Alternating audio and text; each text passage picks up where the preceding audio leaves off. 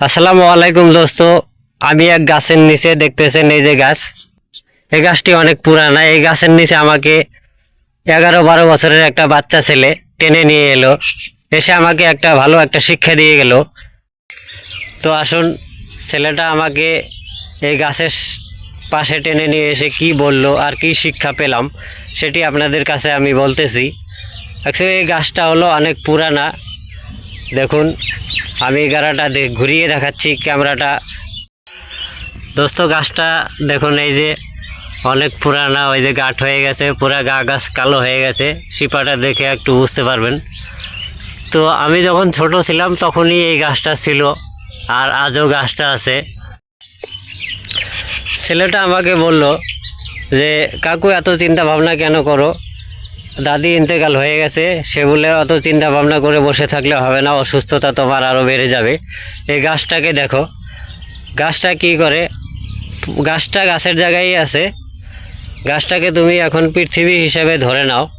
আর দেখো এই গাছের ওই যে কোমল কোমল পাতা, কুশি পাতা, প্রত্যেক বছরে গাছটার পুরা পাতা পরিবর্তন হয়ে যায়, আর নতুন নতুন করে পাতা ধরে। আবার পাতাটাকে গাছটা একদম ভালো করে আহার পানি দিয়ে, রস দিয়ে বড় করে, পাতা বয়স্ক হয়, তারপর পাতা আবার ঝরে যায়। গাছটা এমনই থাকে। যেমন কি পৃথিবী আছে, পৃথিবীতে মানুষ আসে ছোট, তারপর বড় হয়, তারপর বয়স্ক হয়ে যায়। যেমন পাতা ঝরে যায়, অমনি মানুষও এই পৃথিবী ছেড়ে চলে যায়। এটা প্রকৃতির নিয়ম। আর এটাতে শুধু আপনার আম্মা চলে যায়নি, তার আগে হয়তো লোক ছিল, মানে আপনার পূর্বপুরুষ যারা ছিল, ওরা এরকম করে নতুন পাতার মতন করে জন্ম নিয়েছিল পৃথিবীতে। যেমন গাছের নতুন পাতা হয়েছে, অমনি পাতার জীবনকাল কম, কিন্তু মানুষের জীবনকাল একটু বেশি। তাই এই পাতার মতন করে মানুষ বড় হয়েছে, আপনাদের পূর্বপুরুষরা, আমাদের পূর্বপুরুষরা। তারপর প্রাপ্তবয়স্ক হয়েছে, বুড়ো হয়ে গেছে, তারপর এনারা এই পৃথিবী ছেড়ে চলে গেছে। তাই একদিন আপনারা বড় হয়ে গেছেন, আপনারা বুড়ো হয়ে গেছেন, আপনারাও একদিন এই পৃথিবী ছেড়ে চলে যাবেন। তাই আপনি অত টেনশন করবেন না, একটু মন পরিষ্কার করে ভালো করে গাছ পাতাকে দেখে একটু শিখে নিন। যেমন কি এই যে পাতা, এই পাতা চিরদিনে এই গাছের সাথে থাকবে না। গাছটা যদি পৃথিবী হয়, পাতা যদি মানুষ হয়, তো এই পাতা আজকে কিছু, কালকে কিছু, তারপর বয়স্ক হয়ে পেকে ঝরে পড়ে যাবে, তারপর আবার নতুন পাতা হবে। ওরকম করেই মানুষের জীবনও ওই একই। মানুষ ছোট থেকে বড় হয়, তারপর বয়স্ক হয়, তারপর এই পৃথিবী থেকে চলে যায়। যেমন কি পাতা ঝরে যায়, তারপর আরও নতুন মানুষ জন্ম হয়।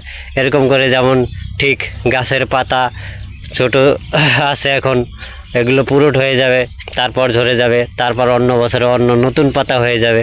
যেমন কি গাছটা ঠিক এমনই আছে, কত বছর থেকে আমরা জানি না, এমনই পৃথিবীটা এমনই আছে।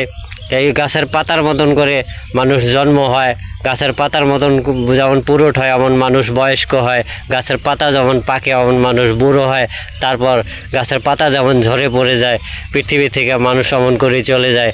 তাই আপনি অত টেনশন করবেন না, একটু মন ফ্রি করেন, হালকা করেন, গাছের পাতার কথা চিন্তা করে থাকুন। মানুষ পৃথিবীতে চিরস্থায়ী নয়, আসলতে কোনো জিনিসই পৃথিবীতে চিরস্থায়ী নয়, এবং কি পৃথিবীও তো চিরস্থায়ী নয়।